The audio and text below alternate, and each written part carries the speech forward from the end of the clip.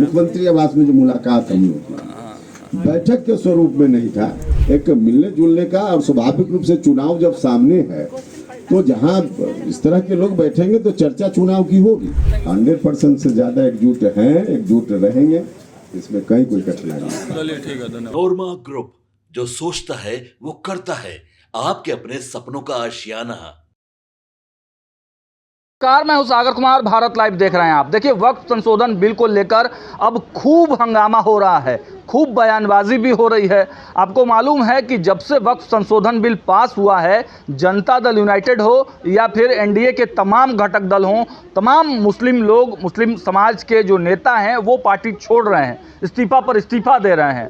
उसको लेकर आज उपेंद्र कुशवाहा, जो राष्ट्रीय लोक मोर्चा के राष्ट्रीय अध्यक्ष हैं, राज्यसभा के सांसद हैं और एनडीए के मजबूत सिपाही के तौर पर जाने जाते हैं, उन्होंने देखिए क्या कुछ कहा है वक्फ को लेकर। हालांकि इतने दिन से चुप्पी जरूर साधे हुए थे उपेंद्र कुशवाहा, नीतीश कुमार चुप्पी साधे हुए हैं। नीतीश कुमार के नेताओं ने आज प्रेस कॉन्फ्रेंस किया है, तेजस्वी यादव ने भी वक्फ को लेकर कहा है। अब उपेंद्र कुशवाहा इस मैटर पर क्या कुछ कहते हैं, पहले उनके इस बयान को सुन लीजिए। और देखिए, तेजस्वी यादव के बयान पर भी सीधा कटाक्ष कर दिया उपेंद्र कुशवाहा ने। देखिए क्या कुछ कह रहे हैं। चुनाव कहाँ से कौन लड़ेगा? आप आवेदक हैं क्या किसी क्षेत्र से कि इनको देखकर आपको भय हो रहा है? अगर आवेदक हैं आप तो हम आपके सवाल का जवाब दें। अच्छा, दावा जहाँ करना होगा वहाँ करेंगे ना। अब कर दिए होंगे, आगे करेंगे, कब करेंगे? तो जो भी करेंगे या कर दिए वहाँ ना, यहाँ करने से क्या फायदा? क्यों बता दे, उसे हमारा नुकसान ही करवा दीजिएगा। बैंक जो मुसलमान वाला है, जिसको आज तक दिया क्या है इन लोगों ने मुसलमान भाइयों को? सिर्फ यही कि आप वोट देते रहिए, किसी का भय दिखा करके वोट हमको चाहिए। अब यह काम नहीं होने दिया जाए।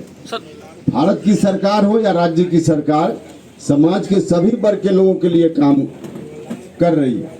और जो आप कह रहे हैं पिछड़ा समाज की बात, मंडल कमीशन की बात जो कर रहे हैं, तो नीतीश कुमार जी के मुख्यमंत्री काल में मुख्यमंत्री रहते हुए जातीय जनगणना हुई है, जिसमें बिहार के सभी दल, राजनीतिक दल के लोगों ने सहयोग किया है। जो कानून पास हुआ सब लोगों ने सहयोग किया है।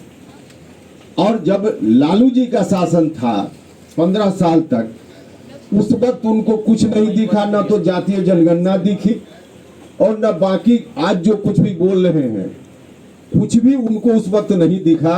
और यही कारण है कि सिमटते सिमटते कहां चले गए।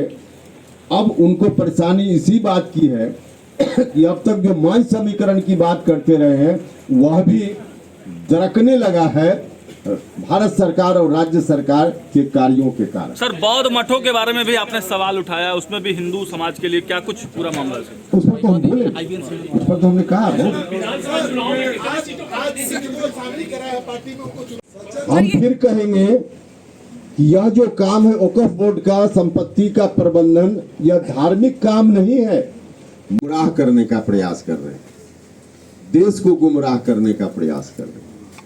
जिस तरह से लोग प्रचारित कर रहे हैं उस तरह की बात है नहीं। धर्म से संबंधित जो काम है या मस्जिद से संबंधित जो काम है, जहां धर्म स्थल है मुसलमान भाइयों का, पूजा स्थल है, इबादत का स्थल है, तो धर्म से संबंधित जो प्रबंधन या काम है मस्जिदों का प्रबंधन, इस प्रबंधन से संबंधित वक्फ बोर्ड नहीं है। भारत की सरकार ने जो कुछ भी अभी कानून बनाया है, उस कानून के हिसाब से मुसलमान भाइयों के धार्मिक कार्यों का जो प्रबंधन है उसमें कोई दखल अंदाजी नहीं है। जो संपत्ति है उस संपत्ति का प्रबंधन कैसे हो, इसके लिए वक्फ बोर्ड है या वक्फ परिषद है। धार्मिक कार्य संपत्ति का प्रबंधन नहीं होता है। तो एक दूसरा कि जो कांग्रेस या विपक्ष के लोग कह रहे हैं, सच्चर कमीशन किसने बनाया था? सच्चर कमीशन, सच्चर कमीशन कोई एनडीए के लोगों ने नहीं बनाया था। तब यूपीए की सरकार थी, कांग्रेस के नेतृत्व की सरकार थी।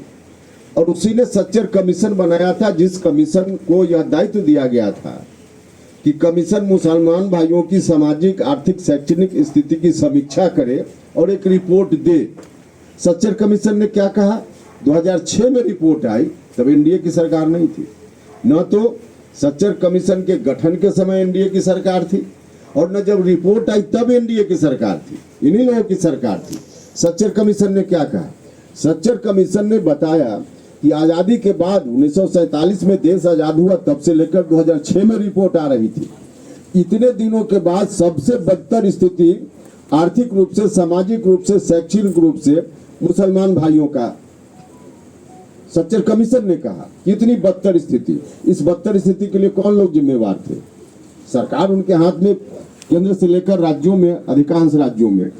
तो जिम्मेवारी कौन लोग थे? सच्चर कमीशन ने तो आंख खोलकर रख दिया। और उसी सच्चर कमीशन ने कहा यह जो संपत्ति के प्रबंधन के लिए वक्फ बोर्ड है, वक्फ परिषद है, इसमें बड़े पैमाने पर गड़बड़ी है। उसने कहा कि भ्रष्टाचार इसमें है। उसने कहा कि कुछ लोग जो दान देते हैं धार्मिक कार्यों के लिए, वहां दान दिया जाता है, वहां अनाथालय खोलने के लिए दान दिया जाता है, बच्चों के लिए स्कूल खुले इसके लिए दान दिया जाता है, अस्पताल खुले इसके लिए दान दिया जाता है। जो मुसलमान भाई, जिसमें बड़ी आबादी है गरीब लोगों की, उनके कल्याण के काम में यह दान दिया हुआ धन काम आए। लेकिन जो लोगों ने दान दिया था, वह दान गरीब लोगों के हित में कम उपयोग उसका हो रहा है, उसका उपयोग लोग निजी हित में कर रहे हैं। बड़े पैमाने पर कई लोगों ने अतिक्रमण खुद ही कर रखा है। तो अतिक्रमण कर लिया, भ्रष्टाचार है, उसमें काम करने में बिल्कुल पारदर्शिता नहीं है, यह सच्चर कमीशन ने कहा था। तो क्या सरकार आंख बंद करके इस चीजों को देखते रहे? यही सरकार की भूमिका है, जिसकी भी सरकार रहे। सरकार आंख बंद करके देखते रहती कि भ्रष्टाचार हो रहा है तो होने दीजिए। गरीब लोग, जो मुसलमान भाई दान जिन्होंने किया है, उनकी गाढ़ी कमाई का पैसा या उनकी जमीन गरीबों के हित में उपयोग नहीं, कुछ बड़े लोग बैठ करके, भले उसी समाज के, उसी धर्म के मानने वाले लोग हैं, लेकिन वैसे लोग सिर्फ अपने हित में उस तरह की जमीन का उपयोग कर रहे हैं, दुरुपयोग कर रहे हैं। तो सरकार आंख बंद करके देखते रहती क्या? सरकार ने जो कुछ भी किया है, मुसलमान भाइयों की जो बड़ी आबादी है, जो पसमानदा समाज के लोग हैं, अभी जो बना कानून उसमें पसमानदा समाज के लोग भी अब वक्फ बोर्ड में बन पाएंगे, उनके लिए स्थान सुरक्षित किया गया है, महिलाओं के लिए स्थान सुरक्षित किया गया है। और भी मुसलमान भाइयों के अंदर भी जो सामाजिक रूप से थोड़ा पीछे है, उनका अलग है, तो उनके बीच का भी प्रतिनिधि अब होगा। पहले इन लोगों ने कोई प्रतिनिधि इन लोगों को नहीं दिया था। तो भले 2-4% मुसलमान भाइयों को गुमराह कर ले ये लोग, हालांकि उनका भी नुकसान नहीं इस एक्ट से, लेकिन गुमराह करने में भी कांग्रेस के लोग, आरजेडी के लोग 2-4% मुसलमान भाइयों को गुमराह करने में भले सफल हो जाएं, 90%, 95% जो मुसलमान भाई हैं, उनके हित का यह कानून है, इसलिए उनको गुमराह नहीं कर पाएंगे। तो सिर्फ बैठक के स्वरूप में नहीं था, मुख्यमंत्री आवास में जो मुलाकात हम लोग की, बैठक के स्वरूप में नहीं था।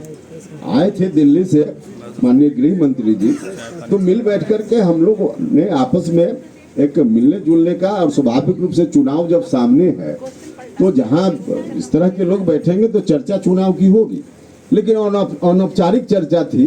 कोई औपचारिक रूप में कोई एजेंडा नहीं था कि उस एजेंडा पर बहस हो, कोई डिसीजन हो, ऐसा नहीं था। सीनियर हैं श्रीकांत जी, वहाँ 20-25 लोग थे। आप लोगों को लगता है कि सीट की संख्या इत्यादि 20-25 लोगों के बीच में चर्चा होगी? तो फिर इस पर कहाँ कोई प्रश्न पैदा होता है? कोई चर्चा वहाँ नहीं हुई थी। एनडीए से ज्यादा एकजुट है हम लोग, 100% से ज्यादा एकजुट हैं, एकजुट रहेंगे, इसमें कहीं कोई कठिनाई नहीं। देखा आपने राज्यसभा सांसद उपेंद्र कुशवाहा ने साफ साफ कहा है कि विपक्ष परेशान है।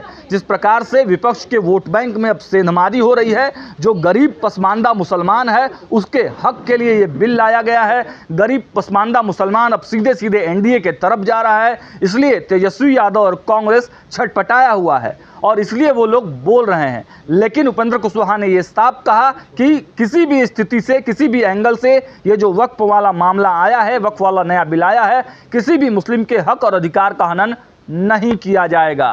फिलहाल इस वीडियो में इतना ही। देखते रहिए भारत लाइव। बहुत बहुत धन्यवाद। आपके सपनों को हमने सजाया है, ई होम्स पैनोरमा को हमने बनाया है। ई होम्स मेरा एक सपना था जिसपे मैं पिछले 4 साल से काम कर रहा था। हमने जो बनाया है वो सबने है माना। ई होम्स पैनोरमा में हो आपका भी आशियाना। और फाइनली हमने 2021 में इस प्रोजेक्ट को लॉन्च किया। बहुत लोग अप्रिशिएट कर रहे हैं कि पूर्णिया जैसे शहर में, बिहार के, एक तो बिहार की बात करें उसमें भी पूर्णिया जैसे छोटे जगह में इस तरह का लाइफस्टाइल देना, ये सुन के हम लोगों को बहुत अच्छा लगता है। ई होम्स में हमने कुछ और भी किया है, जैसे हम जिस जगह में रह रहे हैं हमारे फैमिली सिक्योर हो, उनको सिक्योरिटी का ध्यान में रखा है। आपकी सुविधा और सुरक्षा आपके लिए खास है, ये आपका विश्वास है। इसमें आर्टिफिशियल इंटेलिजेंस का 7 लेयर सिक्योरिटी का हमने इस्तेमाल किया है। लस ग्रीन कैंपस को बनाया है। यदि हमारा बाउंड्री वाल है तो वो वर्टिकल गार्डन है। ये जितनी भी फैसिलिटी होता है एक इंटरनेशनल टाउनशिप में ई होम्स है, ये हम लोग विश्वास नहीं कर पा रहे हैं। जो भी हमारे मित्र, दोस्त या जो भी हमारे बाहर के बाहर आते हैं तो हम लोगों को बहुत अच्छा सुनने को मिलता है और बहुत अच्छा क्रेडिट मिल रहा है। वो सारा हमने सिर्फ एक बिल्डिंग नहीं बनाया, हमें एक बहुत अच्छा लाइफस्टाइल दिया ई होम्स में, और मेरा एक सपना था जिसको मैं आज फुलफिल होते हुए देख पा रहा हूँ। ये आपका आवास है। ई होम्स पैनोरमा में अब आपका निवास है। E Homes Panorama, luxurious lifestyle redefined. Panorama Group, जो सोचता है वो करता है।